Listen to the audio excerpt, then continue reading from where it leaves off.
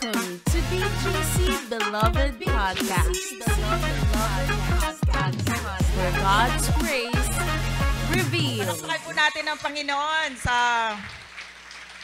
araw na ito. Salamat po sa inyong pagdalo. Para yata akong kinakabahan na. Pero salamat po at pinaunlakan niyo po ang aming invitation. Salamat po talaga. Purihin po ang Panginoon. Isa po ako sa mga pastors dito. Ako po si Pastora Berna. 4 po kami na narito at isa lang po ako doon sa mga pastors dito. Kaya nagpapasalamat po ako sa Panginoon dahil po ito po ang pangalawa naming Thanksgiving. No, annual Thanksgiving sa church na ito. Bago po ako magsimula, samahan niyo po ako sa panalangin. Yuko po natin ang ating ulo. Lord, thank you po sa araw na ito na aming pong Thanksgiving. Marami po kaming dapat na ipagpasalamat sa inyo. Tunay nga, Panginoon, na napakabuti mo sa buhay ng bawat isa. Salamat po, Panginoon. At sa amin pong gagawin, sa lahat po ng aming sasabihin, sa lahat po na aming iisipin, kayo lamang po ang dapat mapapurihan. Kaya po, Panginoon, marami pong salamat. Sa pangalan ng iyong anak na si Jesus, ang lahat ay magsabi ng Amen! Welcome po sa inyong lahat. Ang aking pong message ngayon, dahil po ang name ng church po ay Beloved Grace Church, pag-uusapan po natin ang word na beloved. So ang title po ng ating pag-uusapan, You Are God's Beloved. Sabihin nyo nga yan sa katabi nyo. You are God's beloved. Ano nga ba yung beloved? Di ba? Sinasabi nyo, beloved. Beloved. Ano nga ba yun? Okay. So ito yung pag-uusapan natin. What is the meaning of beloved?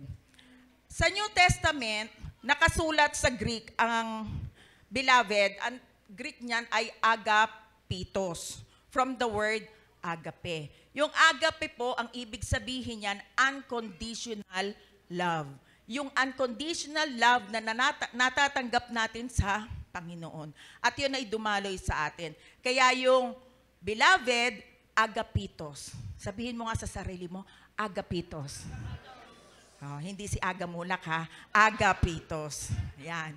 Literally means esteemed, dear, favorite. Wow, favorite, worthy of love. Kaibig-ibig ka. No, minamahal ka ng Panginoon. Paborito ka ng Panginoon. 'Di ba ang sarap sa feeling pag paborito ka? Amen? Kasi kapag paborito ka, lahat ng gusto mo, lahat ng pabor nasa iyo. Pag minamahal ka, ay love ako ni nanay at ni tatay, tiyak, bibigyan ako ng ganire. Favorite ka eh. Ang Panginoon, favorite ka. You are agapitos. You are God's beloved. Amen? Now, ang word na beloved, nagre-refer yan sa dalawa. Number 1, kay Jesus Christ. Diyan siya nagre-refer. Basahin natin yung Ephesians chapter 1, verse 6. To the praise of His glorious grace, with which has blessed us in the beloved. Ang beloved po dyan na tinutukoy ay si Jesus Christ. Yung pong dyan has blessed us. Tayo yun. Blessed tayo ni Jesus Christ. In Him, sino in Him dyan? Referring to Jesus Christ. Siya yung beloved sa taas, sa verse 6. We have redemption through His blood, the forgiveness of our trespasses according to the riches of His grace. Sabi dyan, no, redemption through His blood. Ano ba yung redemption? Ang redemption po, alam niyo po ba, nakakulong tayo sa kasalanan dahil kay Eva at kay Adan? At kailangan may mamatay. Kailangan may magsakripisyo. Kailangan may tumigis ang dugo para tayo ay makawala doon sa kasalanan na yon. Gusto mo ba yon na ikaw yon? Hindi, di ba? So, sino ang gumampan na yon? Sino yung kumuha ng parusa na yon na dapat sa atin? Si Jesus Christ. Dahil sa kanyang dugo, lahat ng kasalanan natin, binura na. Kung ikaw ay nanampalataya sa kanya. Amen? Kaya dyan sabi, redemption through His blood. The forgiveness of our trespasses. O sa ibang salin, the forgiveness of our sins. No? Sino rito perfect? Wala. Kala ko merong perfecto ang pangalan dito no? O buti wala. Pero wala po sa ating nakaka-perfect ng 100% mabait. Lahat tayo, we fall short of the glory of God. Kaya salamat sa Panginoong Jesus sa mayamang biyaya niya. Sabi diyan, according to the riches of His grace, napakayaman ng pagmamahal ng Panginoon, napakayaman ng biyaya ng Panginoon. Dahil sa ginawa niya sa krus ng Kalbaryo, tayo ay napaboran. Amen ba? Amen. So tingnan natin, suriin pa natin mabuti yung word na beloved or beloved. Alam niyo po, nung si Jesus Christ, babaptize na siya sa River Jordan, nandoon siya sa lowest point ng earth. Ibig sabihin, mababa yung ilog. Okay, basahin natin yung Mark chapter 1 verse 10 to 11. Ito yung binaptize na si Jesus Christ, no, ni John the Baptist. And immediately, coming up from the water. So, di ba, pag binabaptize sa tubig, lulubog. Tapos, yan, sabi niyan, coming from the water. So, umahon na yung ulo ni Jesus Christ. He saw the heavens parting and the Spirit descending upon Him like a dove. O, so, ano nakita niya? Bumukas yung langit. Nakita niya merong parang dove. Pero sino yung sinisimbolo nun? Ang Holy Spirit. Then a voice came from heaven. Kanino kayang voice yun? Sa Diyos Ama. So nakikita nyo ang Holy Spirit, ang Diyos Ama, nandiyan sa tatlong yan. Tignan mo, sabi ganun ng boses, you are my beloved Son, in whom I am well pleased. Sino itinutukoy niyang beloved doon? Si Jesus Christ. Makikita po natin dyan yung Trinity. The Holy Spirit, like a dove. Sino pa? Yung boses ni God the Father at si Jesus Christ. So, ibig sabihin, si Jesus ay Diyos na nagkatawang tao. Siya ay 100% God and 100% man. So, ano implication nito? Ano ibig sabihin nito?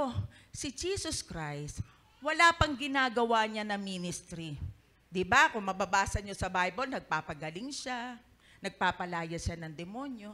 Pero yung time na yan, wala pa siyang ginagawa. Pero anong sabi ni God?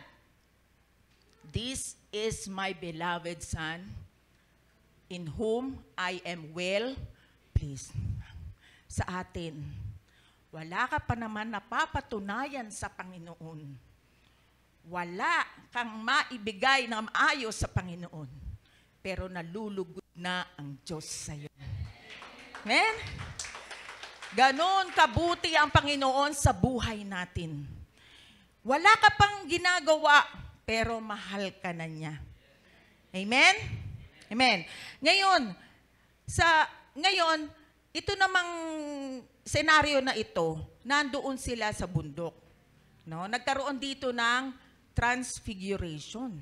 Okay, basahin natin sa Matthew 17, verse 5. While Peter was still speaking, a bright cloud enveloped them. So nagkaroon ng cloud.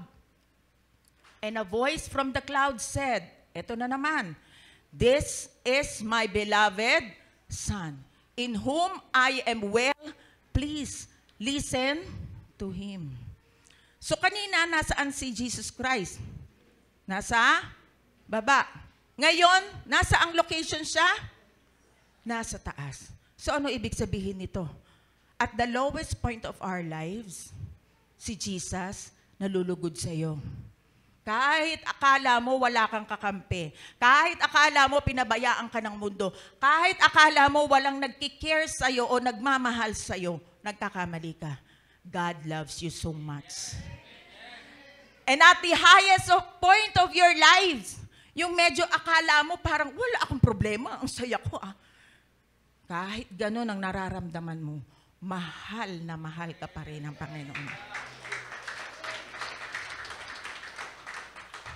And number 2, the word beloved also refers to Christians, to believers. When we got born again, tinanggap natin ang Panginoong Jesucristo bilang tagapagligtas. Yung born again spirit natin become like Christ. Naging katulad na ni Kristo yung spirito natin. Ulitin ko po ito, Tayo po bilang tao ay may 3 bahagi. Spirit, soul, body. Nung tinanggap natin ng Panginoon bilang tagapagligtas, yung spirit po natin, naging kamukha na ng spirito ni Jesus. Talaga ba? Parang hindi naman Talaga ba ako? I am like Christ? Tignan po natin yung verse. 1 John 4:17.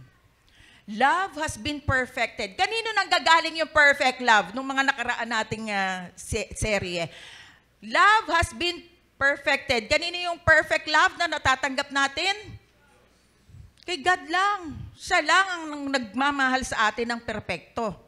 Okay. Love has been perfected among us in this, that we may have boldness in the day of judgment. Because as He is, so are we in this world. Sabi dyan sa Tagalog, kung ano siya, ganito rin tayo sa mundo. Amen? So kung ano si Kristo, ganon ka. Amen? So naniniwala ka na. Naniniwala ka na. 5 lang yata tayo naniniwala na nasa Kanya si Kristo. Di ba? Amen? Napakabuti ng Panginoon. Kaya many times sa Bible, ang mga Christian tinawag na beloved. Ngayon may babasahin tayong isang verse na sulat ito ni John sa kaibigan niya si Gaius. Pero ito rin ang ninanais ng Diyos sa ating mga Kristiyano. Basahin natin ito. 3 John chapter 2. Sabayan niyo ako, beloved. I pray that you may prosper in all things and be in health, just as your soul prosper. Tingnan natin yung naka-highlight. Just as your soul prosper. Sabi po sa Romans chapter 10 verse 17, faith comes by hearing and hearing the word about Christ. Kapag lagi mong naririnig yung biyaya, mensahe ng biyaya ng Panginoon, natututunan mo yung pagmamahal ng Lord, nag-i-increase yung knowledge mo about Christ, nag-i-increase ang faith mo sa Kanya. Amen? So, sa pakikinig, paulit-ulit, lalago at lalago, na, Lord, ang buti mo pala. No? Sa mag-asawa, makikilala mo ang asawa mo pag nagko-communicate kayo, ang bait pala ng aking asawa, ang bait pala ng nanay ko, ang bait pala ng anak ko, habang nakikilala mo ang bawat isa. Tama?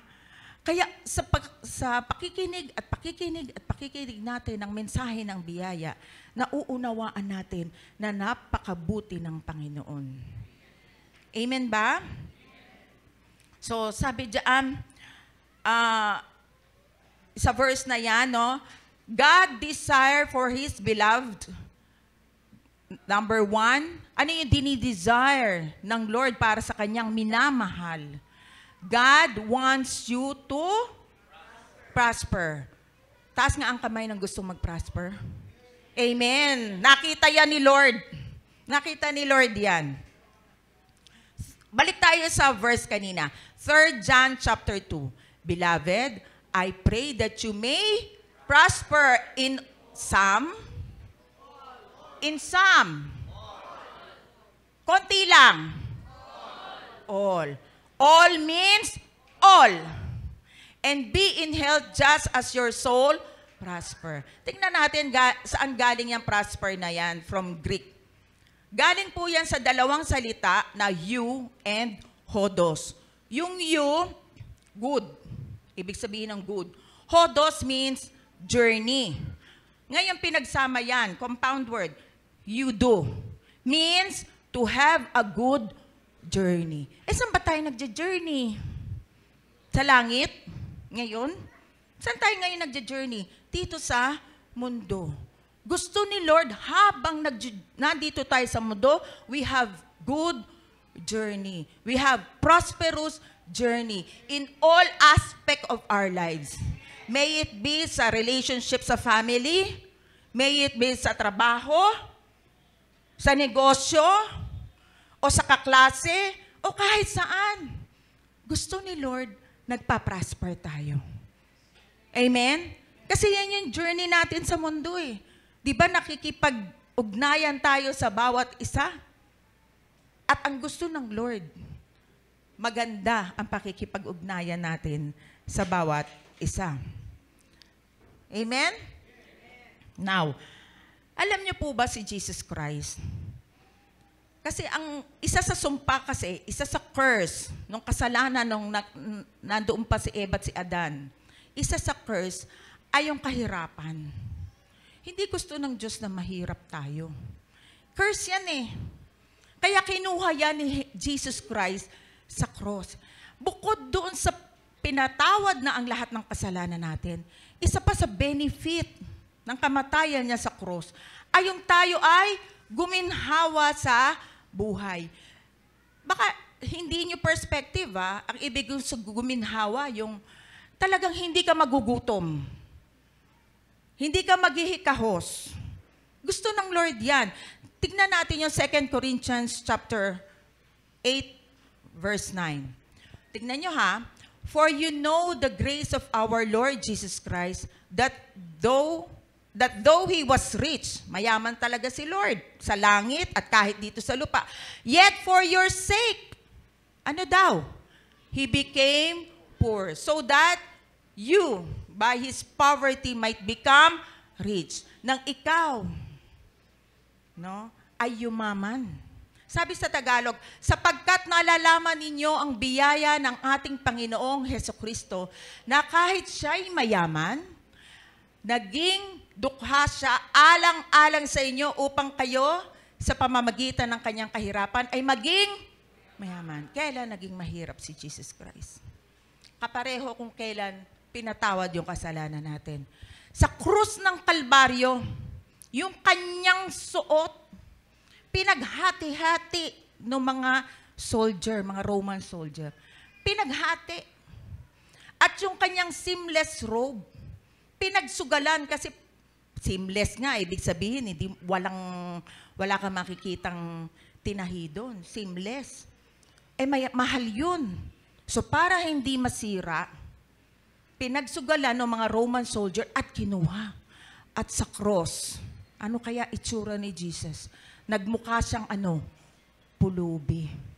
Nangyari yun. Hinayaan niyang mukha siyang Diyos siya. Diyos siya. Pero hinayaan niyang nagmukha siyang pulubi. Alang-alang para ikaw ay guminhawa. Alang-alang para ikaw ay guminhawa. Alang-alang para kayo ay guminhawa. Parang ayaw niyong maniwala. Amen. Dahil gusto ng Lord, maginhawa ka. Amen?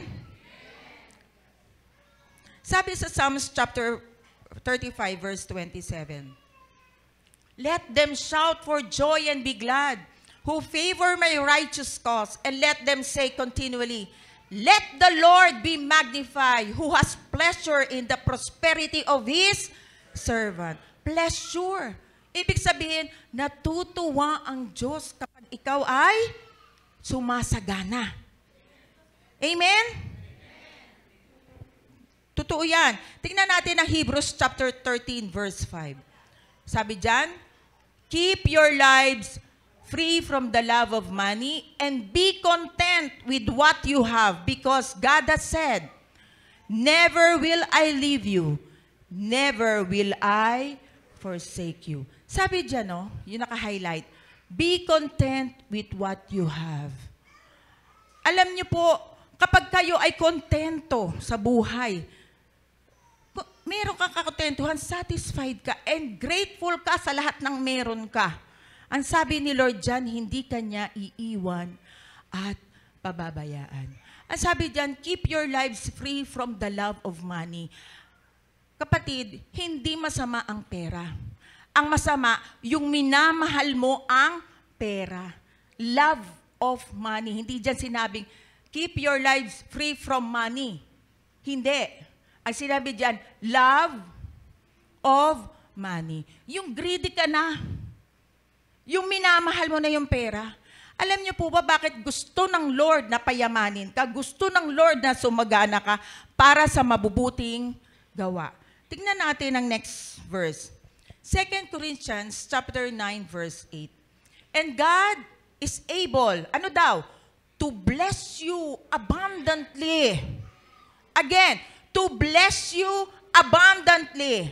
Sinabi ba diyang to bless you a little? No? Abundantly. Marami.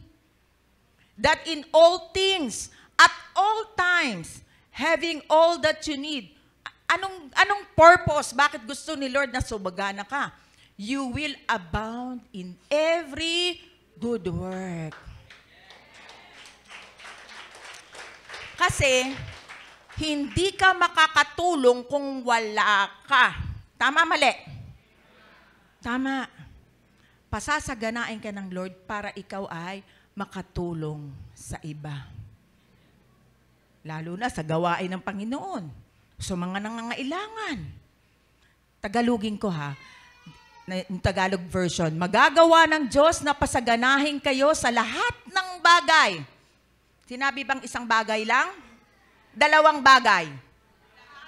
Lahat ng bagay. At higit pa sa inyong pangangailangan. Higit pa. Hindi sinabing, ito lang kailangan mo. Diyan ka lang. Yan lang ha. Sangkain lang. Hindi. May 3 merienda pa. May pang midnight snack pa. Di ba? Lahat ng bagay, higit pa sa inyong pangangailangan upang sumagana kayo para sa mabubuting gawa. Amen? So gusto ng Diyos na sumagana tayong lahat. Now, number 2. God desire for His beloved. Una, God wants you to prosper. Taas ang kamay ng gusto mag-prosper ng Lord. Amen? Pangalawa, God wants you to be healthy. Gusto niya malusog ka. Amen. Amen. Gusto ng Diyos malusog ka. Bakit? Marami kang magagawa pag malusog ka. Sabi nga may kasabihan nga, health is wealth. Kayamanan na ang kalusugan. Totoo yan. Kapag ikaw ay malusog, lahat ng bagay kaya mong gawin. Amen? Pangalawa, sa pinakamahalaga na benefit na nakuha natin sa krus ng Kalbaryo. Una, pinatawad ang kasalanan natin. Pangalawang pinakamahalaga ay yung tayo ay maging malusog. Basahin natin yung chapter uli, 3 John 2. Beloved, I pray that you may prosper in all things. Eto na. And be in health, just as your soul prosper. Yung health po dyan, galing sa Greek word na hugayano, means well and whole, free from weakness, free from loss of energy, malakas, malusog, masigla. Amen? Nakukuha nilang yan sa mga naniniwala. Lord, pagising mo na umaga, Panginoon, salamat po sa buhay na taglay na inyong binigay. Ako po'y malakas, malusog, masigla. Amen. Dinideklara ko ito. Amen? Amen. So sabi ganyan, alam niyo po ba, alam niyo hindi design ng Lord ang magkasakit tayo. Never. Kasi, ang sakit pwedeng maghumantong sa kamatayan. Tama? Tama. Ang kabayaran ng kasalanan ay kamatayan. Sino may gusto nito? Hindi yung Diyos ang may gusto nito. Sino? Si Satanas. Gusto niya tayong saktan. Sabi sa Romans 6:23, "For the wages of sin is death, but the gift of God is eternal life in Christ Jesus our Lord." Sabi sa Tagalog, sapagkat ang kabayaran ng kasalanan ay kamatayan. Ngunit ang walang bayad na kaloob ng Diyos ay buhay na walang hanggan kay Kristo Jesus na ating Panginoon. Eternal life. Alam niyo kung paano niyo makukuha yung eternal life? Kapag tinanggap niyo si Jesus bilang Panginoon niyo at tagapagligtas, automatic meron na kayong eternal life. Because eternal life is Jesus Christ. Jesus Christ is eternal life. At kapag may eternal life na kayo, hindi na kayo mamamatay. Pastora, nung isang araw lang, nandun ako sa lamay. Hindi po. Ang sabi po sa Biblia, ang Kristiyano po, pagka humiga sa caffeine, siya'y natutulog lang. Dahil darating ang tamang panahon, pagbabalik ni Kristo, yung natulog na Kristiyano na yon, muling babangon at papalitan ng Diyos ang kanyang katawan. Katawan na hindi na magkakasakit, katawan na wala ng kamatayan. At tayo namang buhay sa pagbabalik ng Panginoon, ganon din po ang mangyayari sa atin. Papalitan ng Diyos ang katawan natin ng hindi na nagkakasakit at hindi na mamamatay. Ang tawag po dyan, glorified body. Amen? Kaya napakabuti ng Panginoon na hindi po siya umayaw, si Jesus Christ, hindi siya umayaw sa Diyos Ama. Diyos Ama, ang hirap niyan. Natatandaan niyo po ba nung nandoon siya sa Garden of Gethsemane? Kasi bilang tao, di ba sabi ko kanina, si Jesus Christ, 100% Diyos, 100% man. Bilang man, bilang tao, nakaramdam po si Jesus Christ din nung nakikita na niya kung ano mangyayari sa kanya. Hahagupitin siya, papaluin siya, ipapako siya sa krus, alam niyang masakit. Ano nangyari? Nagpawis siya na animoy parang dugo. Di ba pag nai-stress yung isang tao, nanginginig, di makatulog, nangyari yung kay Jesus. Hinayaan ang Diyos na maramdaman ni Jesus sa anak niya yung mga bagay na yun. Nang sa gayon, kapag ikaw ay nai-stress, kapag ikaw ay natatakot, kapag ikaw ay nangangamba, alalahanin mo yung ginawa ni Jesucristo sa krus ng Kalbaryo. Amen? Kinuha na niya yun. Lord, sa'yo na to. Sa'yo na to. Magtitiwala ako sa'yo. Tutulungan mo ako. Amen? Ang curse ay nilagay sa dugo ang katawan ni Kristo. Nang sa gayon, tayo ay gumaling. Papakita ko sa inyo, how is Christ wounded? Paano ba siya nasugatan? How is Christ? Alam niyo po ba may propesiya sa Isaiah kung ano daw ba yung itsura ni Jesus nung siya ay binugbog at nasugatan. Basahin po natin yung propesiya sa Isaiah 52:14. But many were amazed, nagulat, when they saw him. Sino yung nakita nila? Si Christ. His face was so disfigured. Yung mukha niya, na disfigured.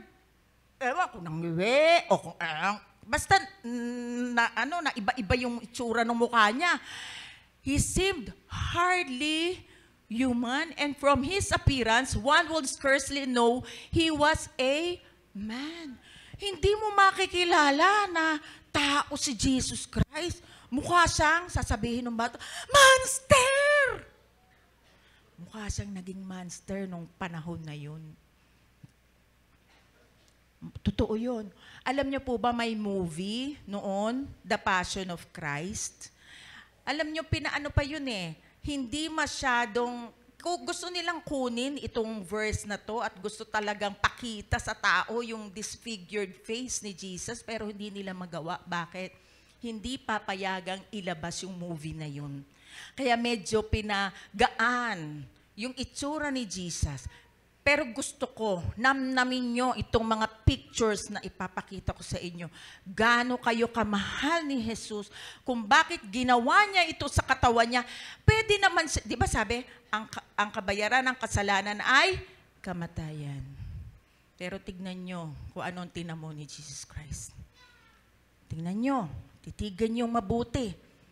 Ha? O huwag mo na, balik mo naman doon. Tignan mo. Sabi, disfigured. Hindi pa masyadong disfigured ang mukha ni Jesus dyan. Pero sa tingin nyo, yung tinamo niyang ganyan, masakit o hindi?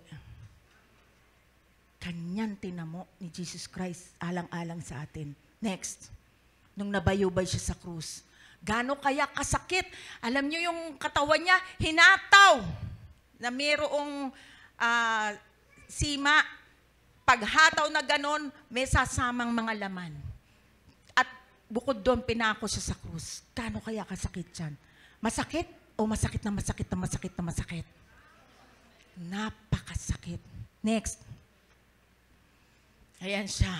Nahihirapan na siya. Sobrang hirap, pero tinitiis niya. Hindi siya give up. Dahil mahal ka niya. Mahal niya tayo. And the last picture. Alam mo kung sino iniisip niya dyan? Ikaw. Ikaw at ako, tayong lahat. Kasi mahal niya tayo. Amen? Sa kanyang mga sa kanyang mga bugbog na katawan, sa kanyang mga sugat na natamo, tinanggap niya yan. Alang-alang para tayo ay gumaling. Amen? Sabi sa 1 Peter 2:24, and He Himself bore our sins in His body on the cross. Lahat, no? That we might die to sin and live to righteousness. Tingnan natin yung naka-highlight, sabay-sabay po tayo. For by His wounds, you were healed. Sa kanyang mga sugat tayo ay pinagaling ng Panginoon. Pastora, hindi ko po nakikita. You walk by faith and not by sight. Hindi po tayo mananampalataya sa nakikita natin. Hindi po tayo mananampalataya sa nararamdaman natin. Nananampalataya tayo ayon sa sinabi ng salita ng Diyos. Gagaling kayo, sinabi ng Panginoon. At nangyayari yun sa mga naniniwala. Amen? Hindi man, merong abrupt, merong immediate, pero merong dahan-dahan, pero pagkatiwalaan nyo ang salita ng Diyos. Gusto ng Diyos, malusog ka, magaling ka. Amen? Now, marami po ako nakikitang mga invited. Hindi ko po alam kung beloved na kayo. Pero sa pagkakataong ito, gusto ko po kayong anyayahan. Natanggapin si Jesucristo sa puso ninyo. Maging paborito kayo ng Panginoon, maging kamahal-mahal kayo sa Panginoon, maging kaibig-ibig kayo sa Panginoon. At nang sa ganon, lahat ng benefit na ibinigay ni Jesus sa krus ng Kalbaryo, matanggap natin, matanggap ninyo. Pwede po bang anyayahan ko po kayong yumuko at kung natanggap nyo na, samahan nyo po yung hindi pa po tumatanggap. Sabayan niyo po ako sa maikling panalangin na ito. Lakas niyo po ha. Panginoon, salamat po sa krus ng Kalbaryo. Lahat ng aking kasalanan ay pinatawad niyo na. Salamat, Panginoon. Salamat, Panginoon. Sa katawan mong nabugbog, ako ay pinagaling mo na. Panginoon, tinatanggap kita bilang tagapagligtas ko. Kayo na po ang maghari sa buhay ko. Ako na lang po ang mananalangin. Panginoon, nalalaman niyo po at nababatid ang nasa isip at puso ng mga kapatiran ko na nandito sa bulwagang ito. Kung sino man po ang may sakit, sa pangalan ni Jesus, rayuma, high blood, diabetes, cancer, cyst, in Jesus' name. Be cast out in Jesus' name. I speak healing to your body from head to toe in Jesus' name. Salamat, Panginoon. Pinagaling niyo na po ang bawat isa. Salamat sa kaligtasan po ng bawat isa. Salamat sa pagpapala, Panginoon. Kung ano man po ang nararamdaman ng mga kapatiran kong ito, salamat, pinagaling niyo na po. Panginoon, tinataas ko po ang mga may problema sa pamilya. Ang sabi niyo po sa inyong salita, gusto niyo nasa good journey po kami. Kaya I pray doon sa may mga nasirang relasyon na magkaroon muli ng pagmamahalan sa bawat isa. Lord, I pray sa mga negosyo at trabaho ng aking mga kapatiran. Thank you. Palalaguin niyo po ang kanilang negosyo, ipopromote niyo po sila sa trabaho, at kung wala pa pong trabaho, magkakaroon na po sila, Panginoon, ng trabaho. Salamat, Panginoon, dahil ito po ang ibig niyo po sa amin. Good journey, prosperous journey. Maraming pong salamat. Thank you, Lord, in Jesus' name. Amen. Palakpakan po natin ang Lord.